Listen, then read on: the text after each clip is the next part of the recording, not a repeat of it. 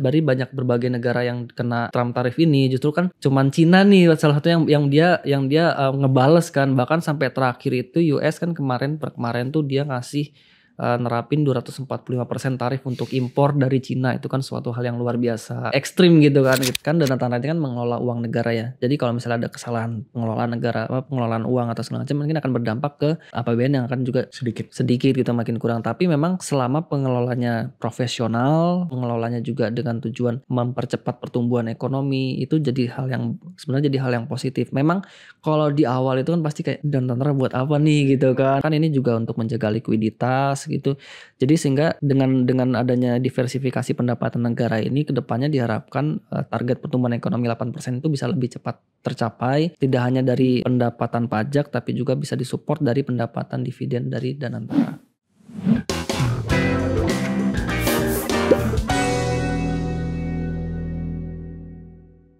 Halo Konvisto semuanya, kembali lagi di Invest Talk, all about investment. Nah, Konvisto semua, hari ini kita kedatangan narasumber yang gak kalah menarik banget pastinya.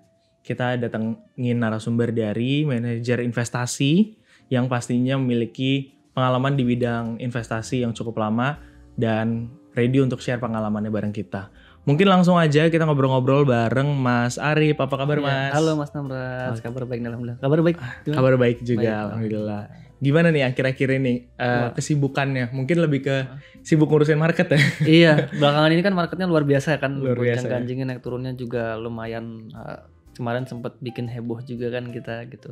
Itu juga suatu ya bikin kita ya, kalau kita kan udah lebih tenang lah gitu kalau untuk ngadepin kayak gini. Mungkin boleh lebih perkenalan diri dulu ke Konvisto semuanya untuk siapa dan sedang bekerja di mana gitu, mungkin backgroundnya sedikit. Ya, halo, perkenalkan saya Arif dari Reliance Manager Investasi. Saat ini saya sebagai pengelola fund manager dari untuk produk-produk reksadana dan juga produk investasi alternatif.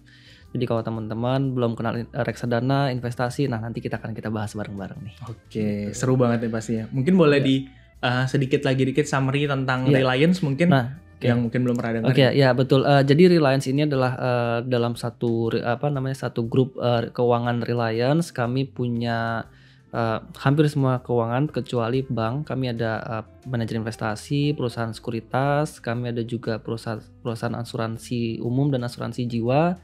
Juga nanti ada kalau misalnya teman-teman butuh pembiayaan, kami juga ada perusahaan pembiayaan namanya Usaha Pembiayaan Reliance Indonesia. Gitu. Jadi kebutuhan teman-teman semua, kalau misalnya ada kebutuhan selain dengan investasi, butuh juga untuk mau beli saham atau misalnya butuh kita mau beli asuransi nih, bisa langsung kontak ke kami di grup Reliance, juga punya semua yang teman-teman butuhkan. Oke, lengkap banget nih, lengkap banget. Jadi fokusnya benar-benar ke keuangan semuanya secara menyeluruh gitu ya. Oke, mungkin kita langsung aja nih ngobrol Mas Arif ke intinya. Jadi kita mau bahas, tadi kan kita udah ngetis sedikit bahwa terutama pasar saham ya, akhir-akhir ini tuh lagi down. Banyak yang bilang krisis, tapi mungkin kalau secara definisi masih belum sampai krisis ya. Tapi sudah membuat orang khawatir dan jadi takut, bikin gitu panik ya. Jadi kalau kalau melihat secara realnya banyak yang udah megang cash kalau kita bilangnya gitu kan. Nah itu menurut pandangan Mas Arif sendiri gimana, dan penyebabnya apa aja sih untuk yang terakhir ini? Ya, sebenarnya sih kalau apa yang terjadi kemarin ini adalah sempat ya terjadi kepanikan karena Amerika, US itu kan pas kita lagi libur lebaran nih gitu kan, lagi asik pada liburan gitu kan, tiba-tiba Trump ngasih tarif gitu kan ke berbagai negara gitu kan, terutama ke Indonesia waktu itu kena 34% tarif gitu kan. Itu juga jadi satu shocking gitu, kita yang awalnya tenang-tenang gak ikut-ikutan tiba-tiba dikenain tarif gitu kan. Nah yang menarik adalah dari banyak berbagai negara yang kena trade war dari Trump tarif ini, justru kan cuman Cina nih salah satu yang dia ngebales kan, bahkan sampai terakhir itu US kan kemarin tuh dia ngasih nerapin 245% tarif untuk impor dari Cina. Itu kan suatu hal yang luar biasa berani ya, ekstrim gitu kan gitu. Nah pun juga Cina kemarin ngebales sampai maksimal 125%, dan dia udah fix nih, berhenti, udah kita nggak akan balas lagi untuk naikin tarif impor, tapi mereka lakukan adalah nge-ban beberapa lini produk seperti untuk maskapai Cina mereka udah dilarang nih buat beli pesawat dari Amerika yaitu Boeing. Dan juga dari US-nya sendiri kemarin ngebales dengan nge-ban ekspor Nvidia untuk chip mereka ke Cina. Nah ini sih lebih ke depannya sih kelihatannya memang lebih ke perang antara Cina dan Amerika nih. Cuman memang yang dikhawatirkan adalah kalau misalnya ternyata Trump ini mereka udah nggak mempan nih, Cina ternyata mampu melawan. Nah dia bakal cari nih negara-negara partnernya Cina siapa aja gitu. Nah itu yang kita perlu worry, yang perlu kita atasi karena Indonesia juga salah satu partner besarnya Cina gitu kan. Tapi memang kita juga perlu diingat bahwa Indonesia tuh partner sama Cina itu kan termasuk terbesar kedua ya. Pertama kan juga ke US juga kita cukup, Cina dan US kita cukup besar nomor 1 nomor 2 nih. Jadi nggak perlu terlalu khawatir sampai terlalu kena tarif besar atau apa gitu. Itu sih kita masih bisa alhamdulillah pemerintah kita juga masih bisa agak handle di situ gitu. Berarti yang dikhawatirkan salah satunya sikap kita ya, sikap politiknya menghadapi dua anak kecil ini. Anak kecil ya. Anak kecil sih kayaknya main-main kayaknya gitu. Sih bener ya. Masalahnya kita ngeliatin kayak aduh udahlah. Kita yang kena deg-degan apalagi juga. Mas yang dana ya. Apalagi kemarin kalau misalnya nih katakan tradingnya kita investasinya terlanjur punya posisi di awal nih turun dalam gitu kan, terus juga uang yang dipakai ternyata bukan uang dingin gitu kan, wah itu pasti makin panik ya orang-orang kayak gini. Oke, berarti kan kalau ngomongin market yang jatuh nih, kayaknya ini kan bukan pertama kali, bahkan kayaknya udah nggak kehitung lah ya kalau jatuh. Dan mungkin dari kita mulai berinvestasi aja dari Mas Arif sampai sebelumnya ayahnya, kakeknya kayaknya udah terjadi gitu, itu pola yang terus terulang gitu kan. Tapi menurut Mas Arif sendiri kenapa sih walaupun udah jatuh berkali-kali tetap polanya akan bangkit lagi gitu marketnya? Sebenarnya kan investasi itu dasarnya adalah balik lagi ya, investasi itu kan back to fundamental. Selama fundamentalnya kuat, selama kinerja perusahaan emitennya bagus, itu perusahaan akan tetap sustain. Dia akan tetap kembali ke fundamentalnya dia. Ya memang ketika perusahaan ketika lagi ada krisis, dinamika pasar tuh pasti terjadi, naik turun tuh hal biasa.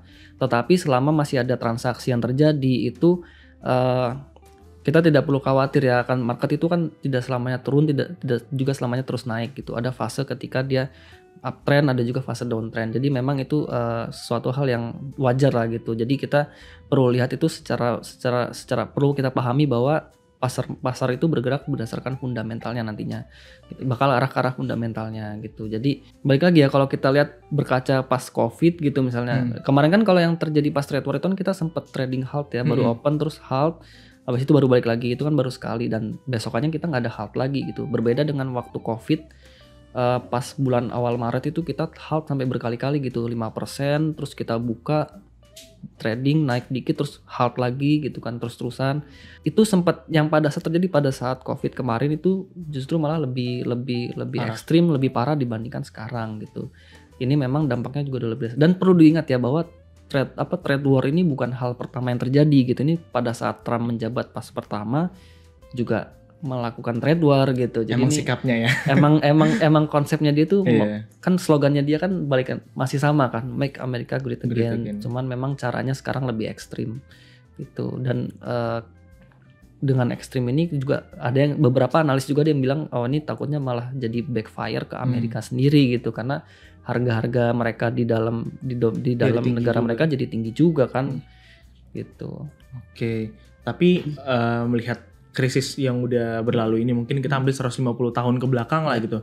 Kan pasti kita juga bisa belajar gitu. Betul. Kita melihat pola-polanya, kita melihat kapan bangkitnya dan sikapnya bagaimana. Kalau dari Mas Arif sendiri kira-kira apa sih sikap yang pelajaran paling penting yang bisa kita ambil dari jatuhnya market ini, atau misalnya dari keadaan makroekonomi ini untuk sikap kita dalam berinvestasi gitu, terutama di Indonesia ini? Ya, yang paling utama adalah ketika sebelum kita mulai investasi itu kita harus juga tahu bahwa investasi itu kita harus tahu dasarnya kenapa kita investasi. Investasinya kemana nih arahnya, tujuannya untuk apa.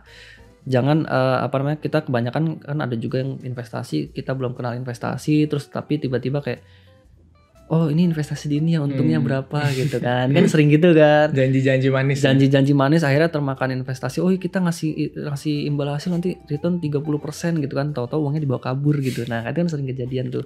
Nah, Tapi memang kalau kita berkaca dari fundamental, kalau misalnya di pasar modal dari beberapa krisis kenapa kita bisa balik lagi terus. Yang pertama adalah yang kita perlu pelajari bahwa ketika mulai investasi itu kita pastikan yang digunakan adalah dana dingin. Itu jangan lagi investasi itu pakai uang utang atau apa. Dan ini kan yang kemarin mungkin kalau pas zaman Covid tahun 2020 2021 nih, begitu Covid udah turun dan mulai bangkit, itu kan sering banyak kasus yang mana orang pada FOMO.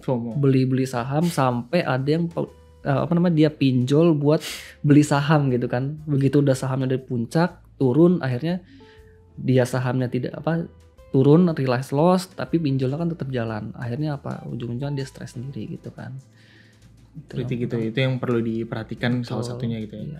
Tapi tidak dipungkiri juga ini bisa menjadi sebuah kesempatan gitu ya bagi yang emang kita baru mau masuk, mau belajar. Mumpung di saat seperti ini, kira-kira ada kesempatan-kesempatan yang bisa diambil nggak? Benar, kesempatan itu sebenarnya ketika market turun ini, kalau misalnya perusahaan yang kita investasikan itu memang fundamentalnya bagus, itu bisa jadi kesempatan besar. Karena kalau kita lihat kemarin banyak perusahaan-perusahaan yang di cap itu terkoreksi kan cukup dalam. Itu ketika itu sudah pegang cash, kita emosional kita stabil, kita bisa masuk di situ. Karena kita melihat bahwa opportunity atas saham-saham yang terkoreksi ini cukup besar gitu loh. Karena balik lagi ya, perusahaan itu kan kinerja fundamentalnya kan seperti apa. Ketika investasi kita analisa, perusahaan ini ternyata pendapatannya tumbuh, kemudian secara rasionya juga masih cukup terjaga gitu kan. Atau misalnya mungkin kalau misalnya dalam jangka pandang, kita butuh dividennya nih. Oke, dividennya terus bayar nih rutin tiap tahun, bahkan setiap pas lagi Covid atau apapun tetap bayar, misalnya lagi krisis tetap bayar dividen. Nah, itu kan bisa jadi salah satu opsi agar kita investasinya kita kejar dari dividen deh, atau kita mau kejar dari capital gain deh gitu. Itu kan tergantung dari nanti teman-teman mau transaksinya, mau beli sahamnya itu yang seperti apa. Oke. Modelnya.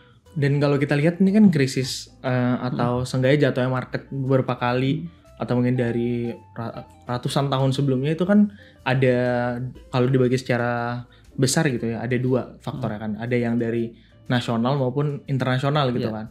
Yang kalau sekarang ini mungkin bisa dibilang sebenarnya dua-duanya ya, tapi kalau yang akhir-akhir ini ada dari global US tadi, kira-kira apa sih perbedaan pola dari penyebabnya itu, Mas? Kayak apa bedanya kalau krisis yang dari nasional aja sama yang internasional untuk mempengaruhi ke marketnya? Ya, kalau kita lihat lebih detail bahwa krisis di global itu kan terjadinya ketika udah negara-negara lain yang dampaknya dari negara lain yang kemudian secara tidak langsung berdampak ke kita ya. Misalnya kalau kita ngambil kasus di tahun 2008, kasusnya subprime mortgage, itu kan awalnya tidak berdampak ke Indonesia, tapi memang lama-kelamaan begitu negara Asia Tenggara ada yang kena, lama-lama masuk Indonesia juga kan. Nah, tetapi memang kalau kita lihat lagi di domestiknya, kita kan kalau di domestik itu lebih kepada kebijakan pemerintah ya.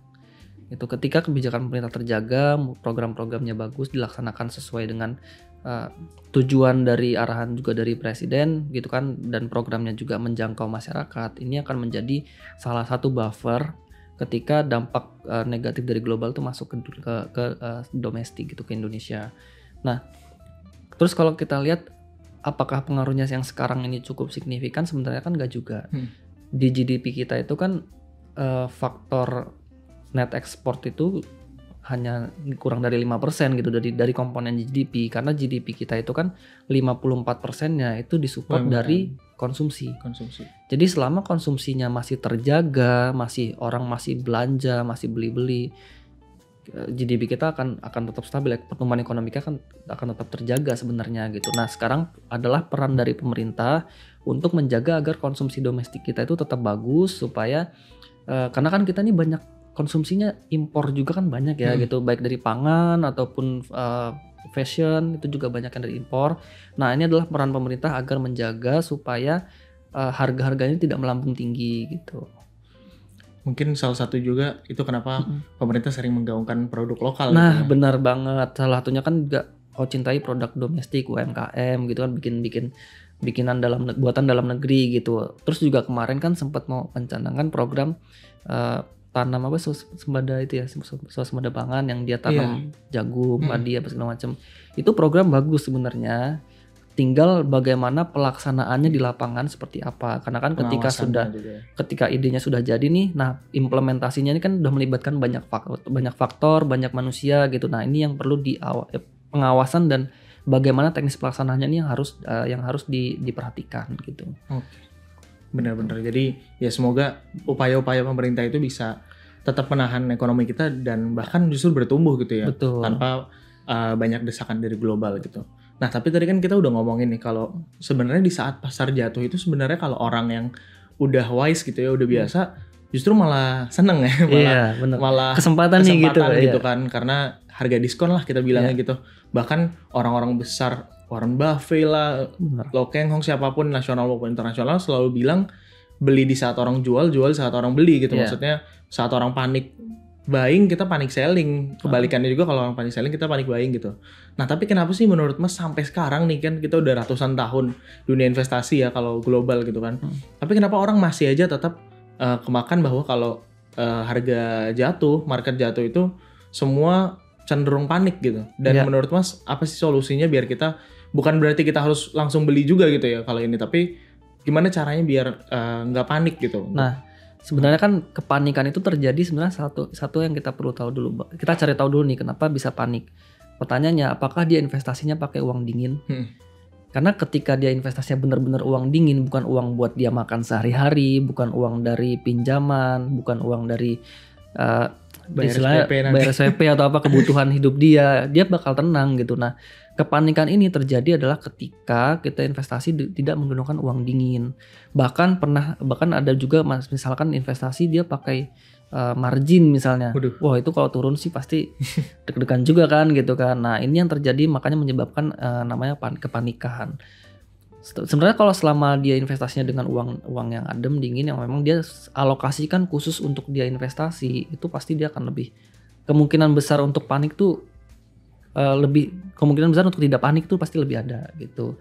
Balik lagi nih, tujuan investasinya kan kita harus tahu kan nanti kalau instrumen investasinya apa itu nanti lain hal, tapi memang dasarnya ketika ada panik itu adalah ketika dia investasi menggunakan uang panas gitu. Tapi Mas Arif, kalau kemarin itu kan sempat down banget tuh karena corona gitu kan. Jelas ada, makanya semua orang percaya bahwa akan bangkit lagi karena kan cepat atau lambat corona juga akan berakhir gitu. Nah tapi terakhir kali udah 2 kali ini dari mulai trading hold sampai yang kemarin juga lumayan turun, lumayan hampir se-covid gitu ya.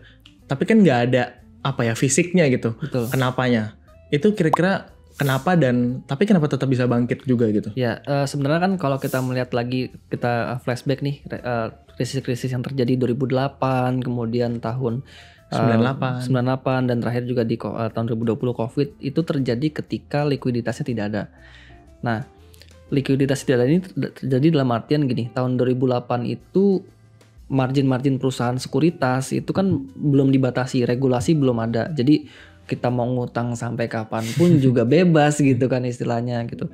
Nah, margin inilah yang menyebabkan terjadinya panic selling di pasar saham Indonesia. Nah, itu juga kita perlu apresiasi peran regulator di sini dan juga risk management dari perusahaan-perusahaan sekuritas bahwa saat ini kita tidak bisa sembarangan untuk pinjam margin gitu kan. Dulu kan margin gampang gitu, sekarang diperketat gitu pun, sekarang ada namanya haircut kalau kita beli saham. Jadi memang sudah banyak dibatasi untuk penggunaan investasi menggunakan dana panas. Nah, satu hal lagi yang perlu kita ingat bahwa pada saat itu belum ada terjadinya krisis likuiditas pada saat tidak adanya pembeli, semua orang buru-buru mau keluar, mau jualan. Nah, itulah yang terjadi tahun 2020 karena melihat dunia mulai di lockdown nih. Ketika butuh lockdown mereka butuh cash banyak, akhirnya terjadi yang namanya panic selling sehingga uang tuh orang berlomba-lomba untuk keluar. Nah, ini berbeda dengan sekarang, bahwa sekarang ini kan yang juga lebih banyak keluar adalah foreign, yang mana mereka juga lebih milih untuk mengamankan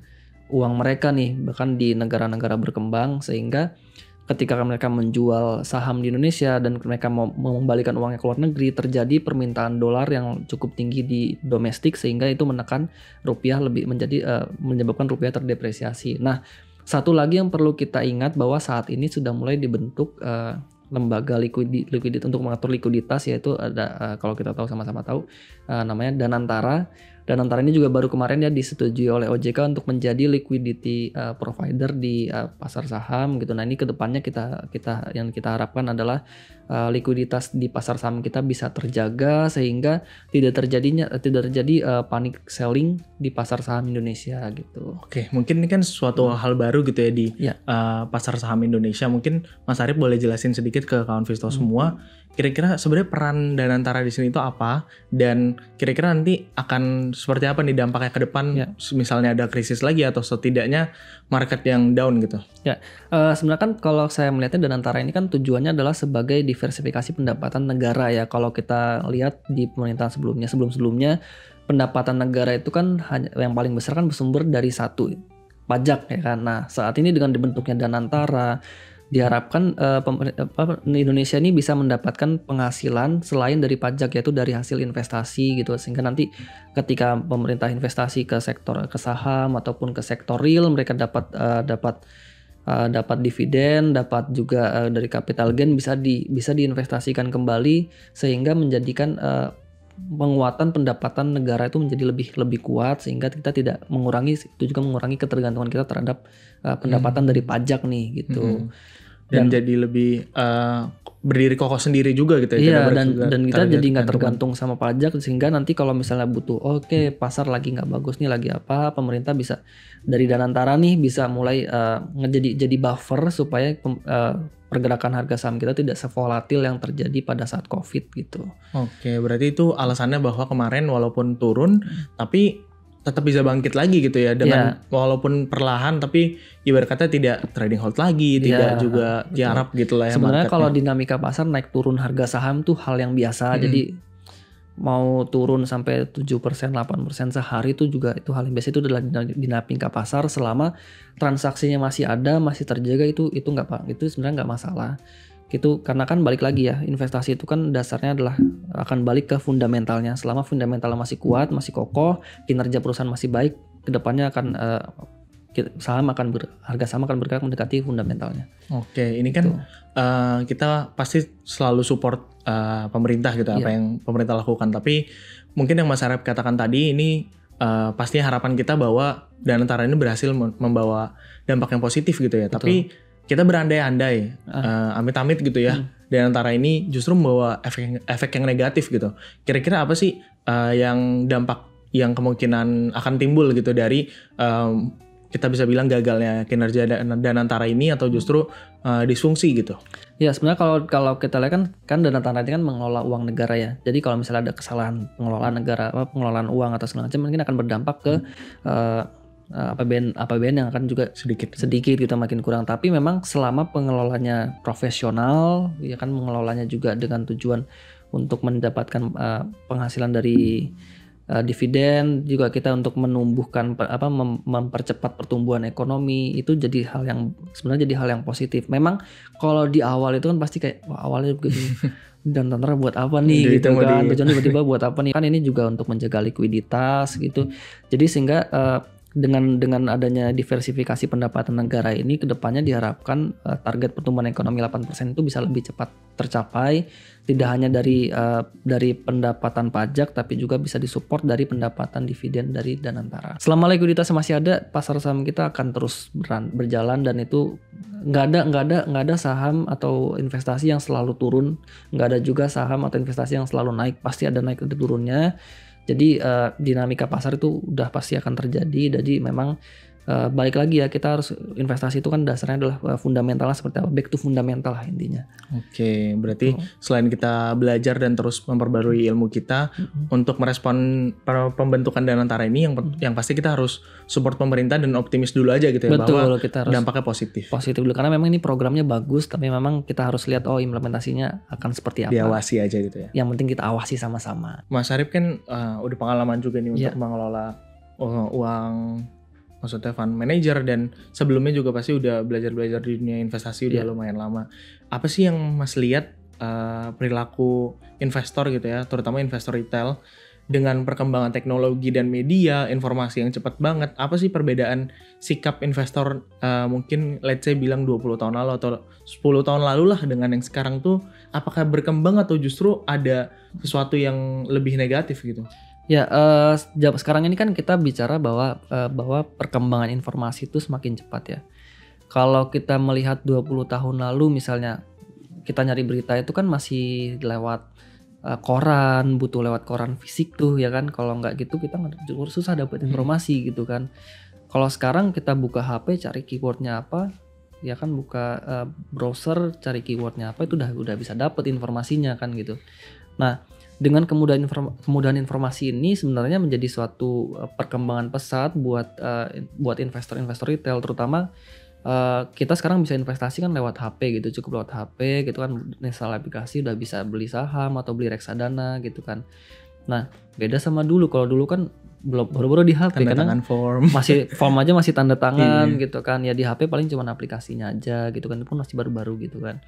Nah, dengan pertumbuhan informasi ini suatu hal yang bagus ya, apalagi kalau misalnya nanti semakin berkembang gitu kan. Jadi kita bisa di satu aplikasi kita bisa beli saham, reksadana, obligasi misalnya.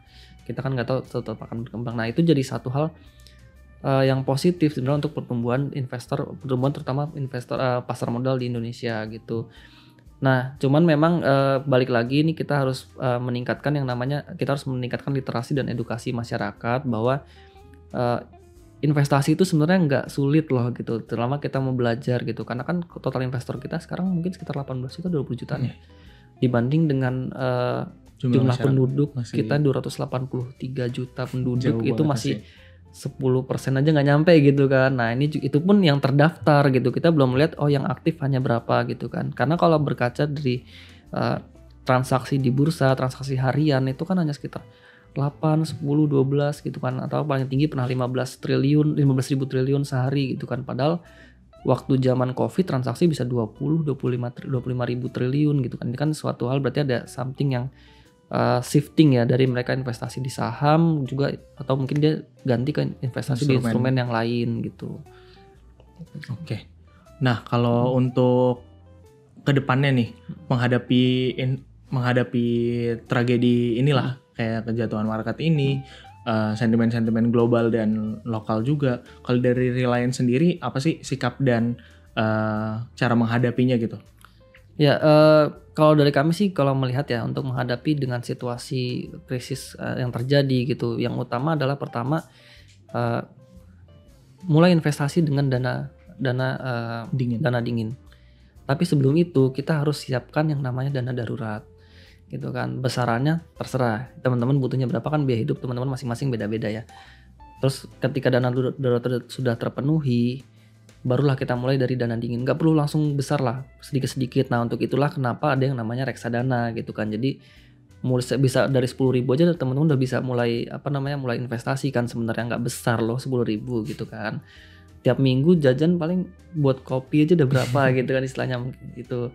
Nah, terus juga yang paling penting adalah kita harus lihat juga, harus apresiasi juga peran dari regulator yang memang semakin mengetatkan regulasi sehingga kita bisa meningkatkan kepercayaan dari investor. Nah, kalau untuk alokasi cadangan nih atau cash buffer tuh dalam sebuah portofolio sepenting apa sih, dan biasanya seberapa besar yang harus disiapkan, terutama kondisi yang tidak pasti seperti ini? Benar. Nah, sebenarnya dengan ketidakpastian saat ini tuh balik lagi ke rencana investasi masing-masing orang ya.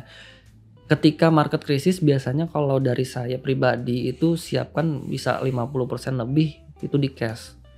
Karena ketika market sudah turun, sudah mulai fase jenuh jual gitu, itu ada kesempatan kita untuk masuk lagi ke pasar gitu kan. Tapi memang ketika market sudah mulai rally, kita sudah bisa balik lagi buat kita masukin lagi deh investasi lagi gitu.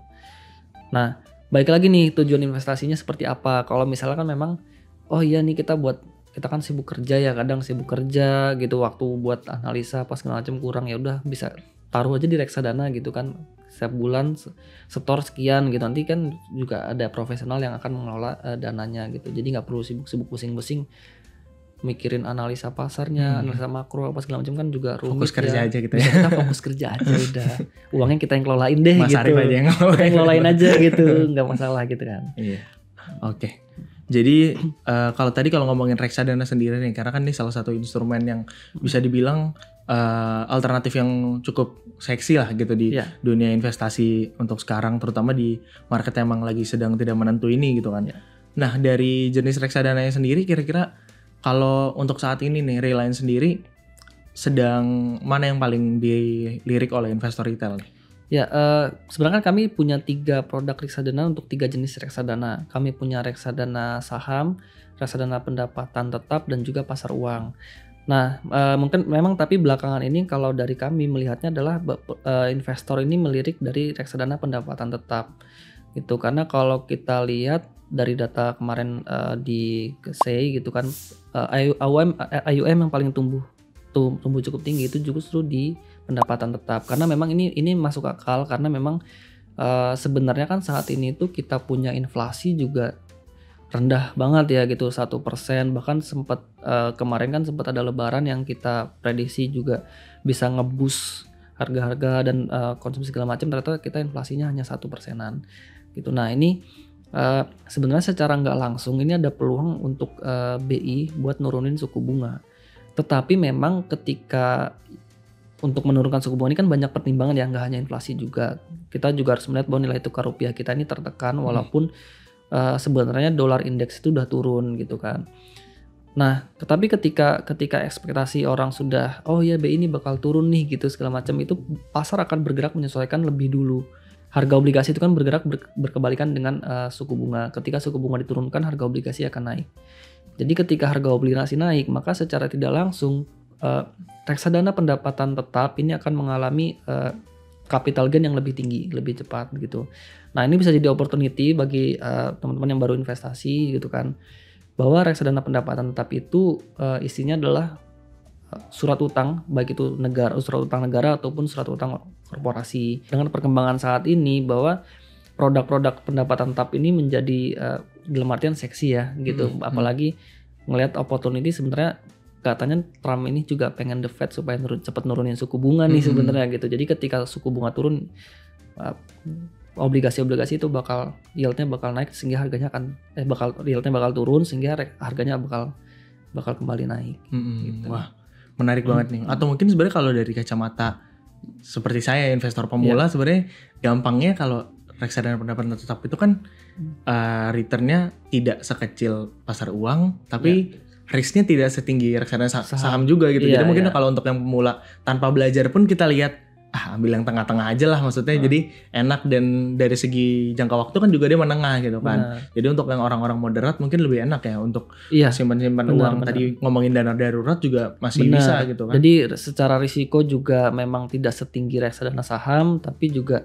secara imbal hasil kinerja bisa lebih tinggi daripada reksadana pasar uang. Gitu. Oke. Jadi kalau dari Reliance sendiri untuk reksadana pendapatan tetap, boleh dijelasin sedikit produknya? Ya, kami punya produk reksadana pendapatan tetap yaitu Reliance Dana Terencana, satu produk. Di sini isinya adalah minimal 80% di obligasi, maksimal 100%, dan juga kita ada komponen saham itu maksimal kita 20%, dan kita ada satu lagi minimal 2% sampai 20% di produk pasar uang gitu. Nah kalau kita lihat per posisi month to date kita saat ini kinerja kita juga cukup baik di atas benchmark. Kalau kita setahun kan itu kinerjanya sekitar 10-11%. Tapi disclaimer ya, ini hanya indikasi nih.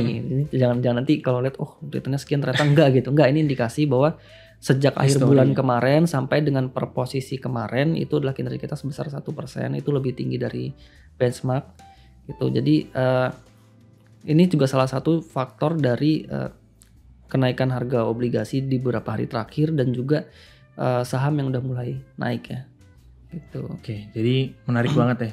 Tadi mungkin disclaimernya perlu diperhatikan lagi, karena emang kalau di produk-produk investasi kita tidak bisa menjamin keuntungan, tapi yang kita bisa lakukan adalah manajemen risiko kita sendiri gitu ya, Mas ya. Oke, mungkin kalau dari produk tadi likuiditas ini seperti apa nih? Mungkin kalau untuk yang pemula gimana untuk nyairinnya, apalagi tadi kalau mau untuk dana darurat gitu kan? Ya. Nah, kalau untuk pencairan, untuk pembeliannya dulu ya mungkin ya. Kalau pembelian itu kalau reksadana kami di reksadana Reliance Dana Terencana itu cukup minimum dengan Rp100.000. Teman-teman sudah bisa mulai berinvestasi di Reliance Dana Terencana. Ataupun juga kalau misalnya ternyata pendapatan tetap masih terlalu beresiko nih, kita juga punya produk pasar uang yaitu Reliance Pasar Uang. Itu minimum investasinya cukup dengan Rp10.000 sudah bisa berinvestasi di reksadana Reliance Pasar Uang. Nah, untuk pencairannya sendiri kami fleksibel. Fleksibel yaitu maksimal 7 hari bursa.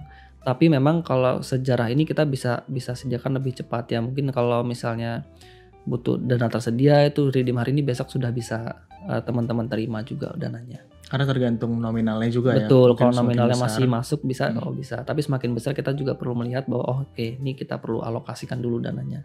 Oke. Nah, untuk risikonya sendiri seperti apa nih yang harus dipertimbangkan investor? Karena kan pastinya setiap produk investasi itu ada risikonya gitu ya.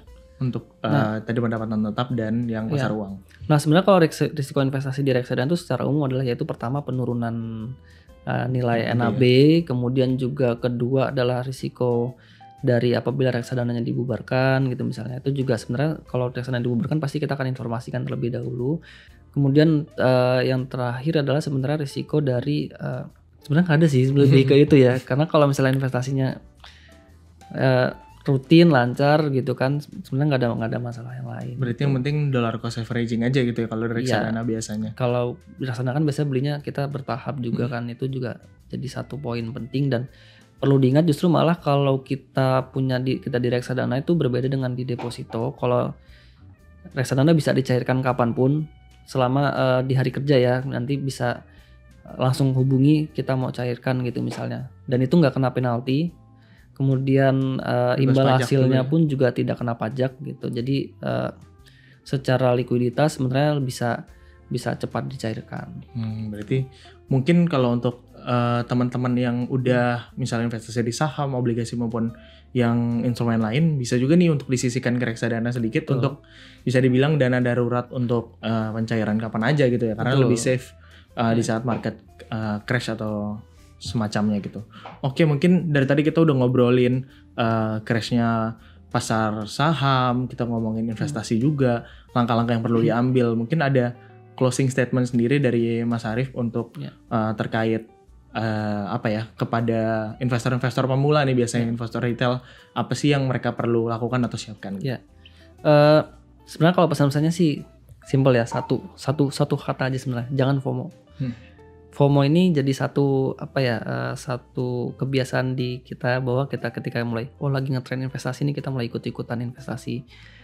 Bahkan sebenarnya kalau FOMO ini nggak terjadi cuma di investasi aja kan. Cuman kalau di luar, kalau kita beli FOMO beli apa, FOMO beli ini beli itu kan juga masih ya oke lah gitu kan, beli ini gitu kan.